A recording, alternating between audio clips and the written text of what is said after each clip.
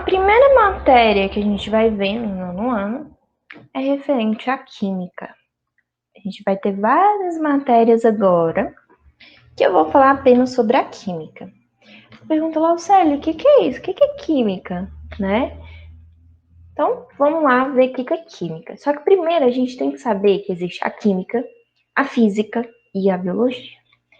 No nono ano, a gente vê química e física, tá? Então, a gente tem aí a química, que ela estuda aí a matéria, os componentes da matéria. É como se eu tivesse, por exemplo, o ferro, o alumínio, e a gente vai estudar o quê? Os tijolinhos que engloba e junta para formar aquele elemento que é o ferro.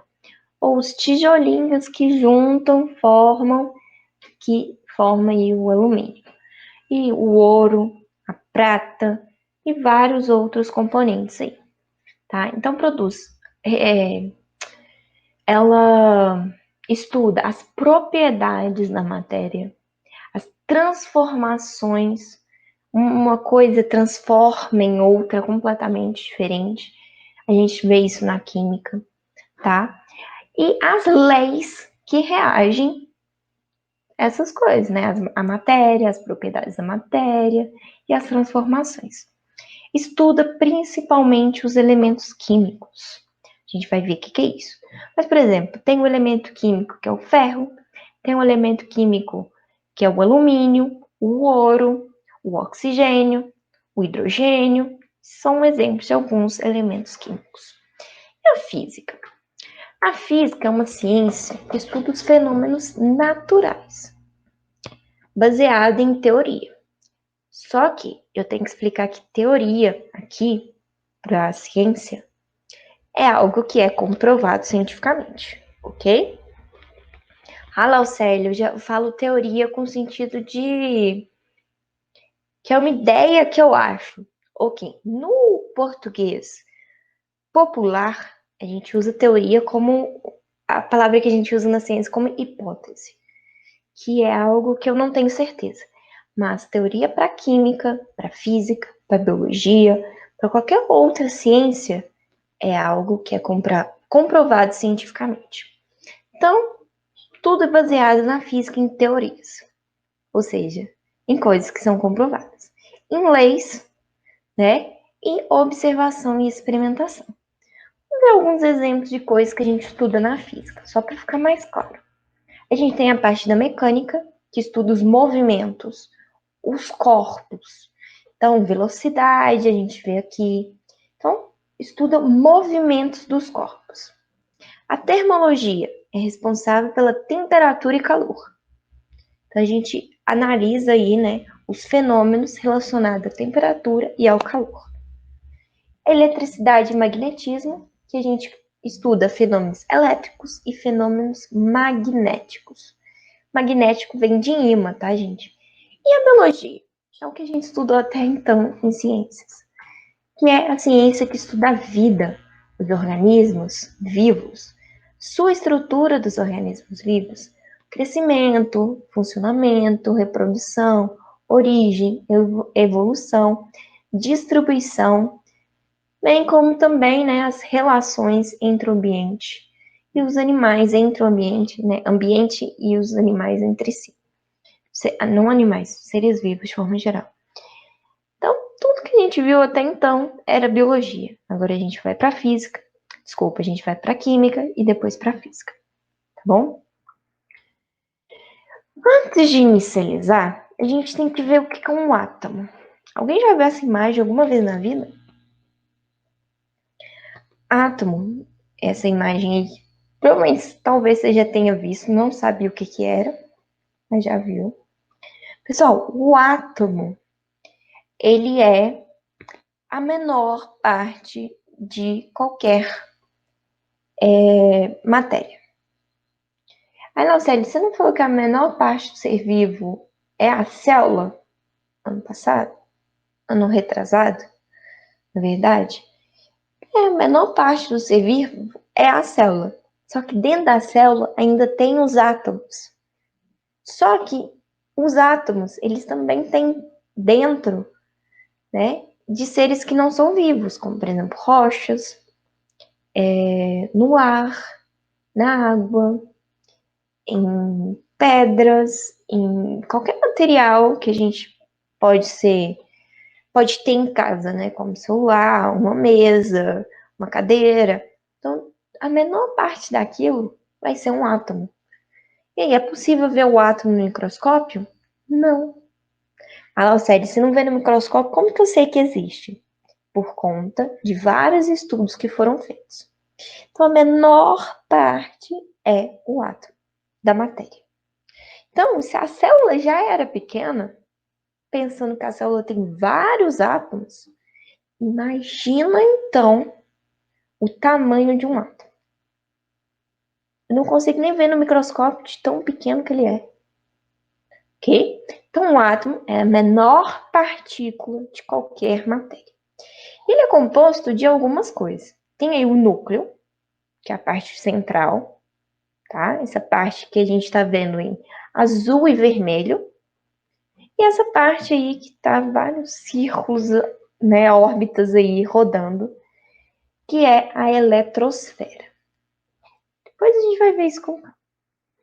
Então, o átomo é a unidade básica da matéria. É uma das menores partes da matéria, que consiste no núcleo central de carga elétrica positiva. Então, é positivo o núcleo. E parte negativa em volta dele.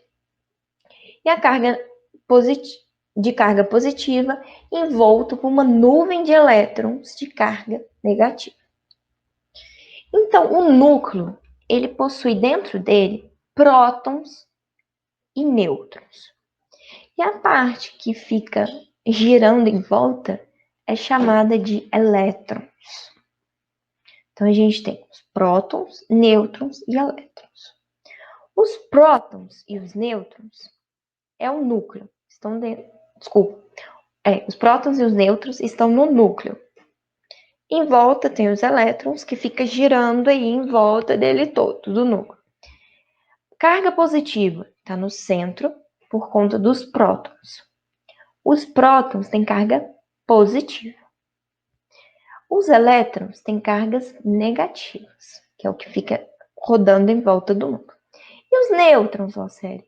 Tá no núcleo, então tem carga positiva. Não.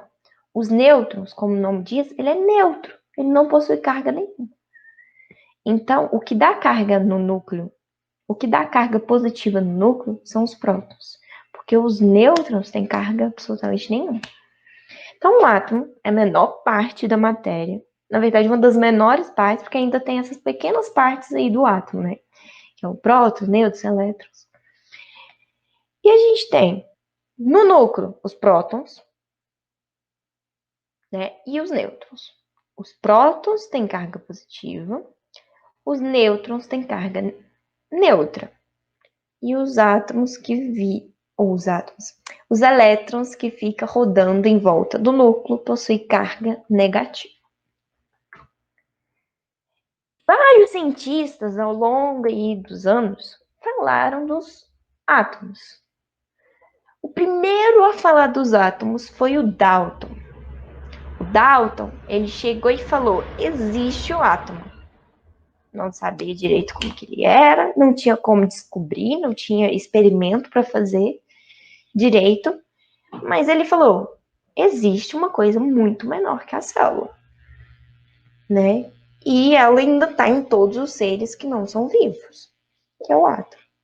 Ele achava que o átomo era maciço. O que é maciço? Duro. Ele é como se fosse uma bola de bilhar. Pensa o que é bola de bilhar? É a bola de... Como chama?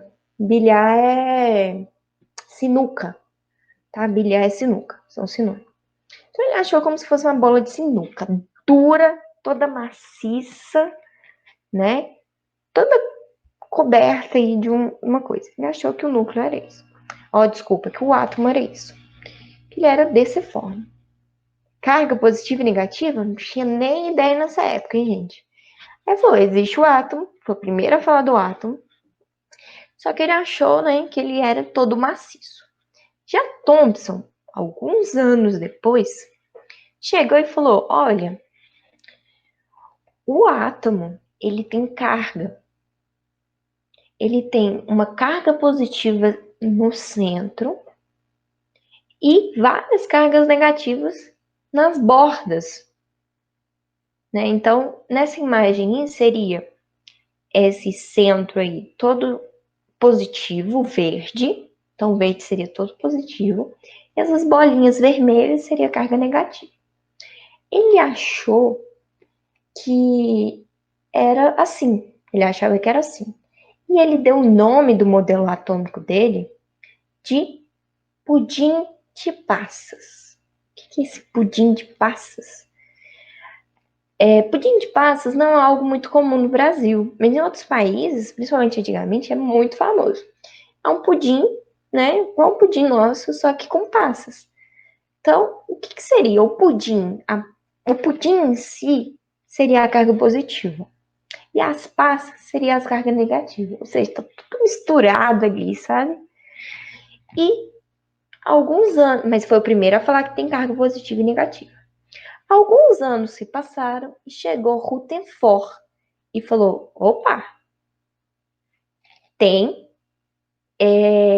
Não é igual o pudim de passas de Thomson.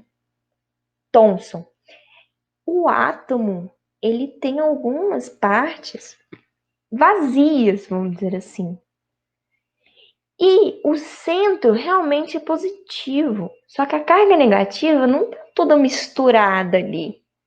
A carga negativa, ela gira em volta do núcleo. Aí que apareceu os elétrons. Aí que apareceu todo o modelo que a gente conhece como do átomo hoje em dia. Foi Rutherford que falou: opa, a gente tem os elétrons girando em volta do núcleo, tá? E depois de alguns anos, chegou Bohr e melhorou a ideia de Rutherford. Então, por isso que o modelo é chamado de Rutherford-Bohr. Porque o Bohr apenas acrescentou uma coisinha na teoria de Rutherford. Falou, olha, o elétron ele é dividido em eletrosferas. Tem várias camadas aí ainda. Então, eu tenho um núcleo central e os átomos, desculpa, e os elétrons, eles ainda têm camadas. Várias e várias camadas. Ok? Então, ele só complementou aí o Rutherford.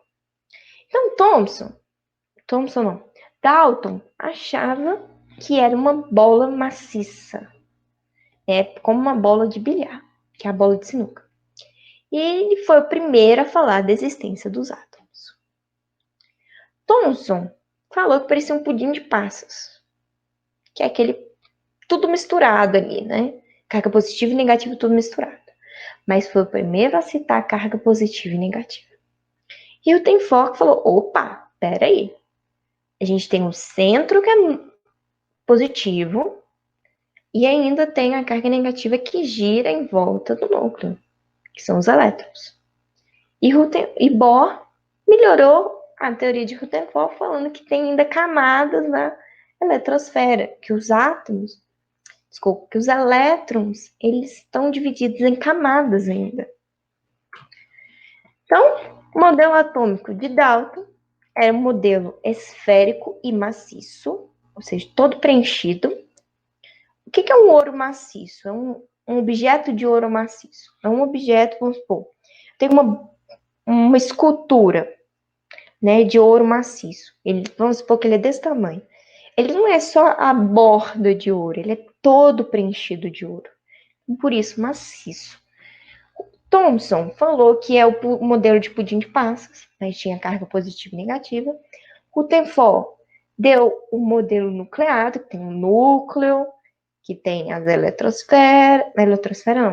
os elétrons girando, e Bohr falou que tem aí as camadas, né? A distribuição aí das camadas, os níveis energéticos, ok?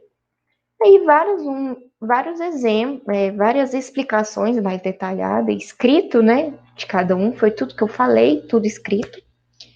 Então, átomo, né, a menor parte aí de qualquer matéria. Thomson, a bola de bilhar, que eu falei, né, modelo esférico, indivisível, ou seja, ele não se dividia em absolutamente nada. Para ele não existiam essas pequenas partes do elétron, ó, essas pequenas partes do átomo, que é o elétron, os prótons, os nêutrons. Para ele era indivisível, indestrutível e maciço. Thomson falou do pudim de passas, ele era esférico, tinha cargas, ok? E era divisível entre parte positiva e negativa.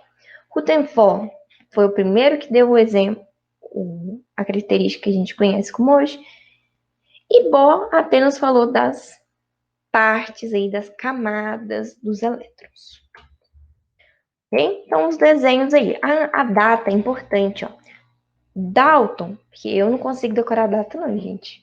Então, eu pus elas depois aí para colar, porque eu mesmo não consigo decorar não. Dalton falou isso, falou do átomo em 1803. Thomson em 1904. 100 anos, 101 anos depois, chegou Thomson e falou das cargas positivas e negativas.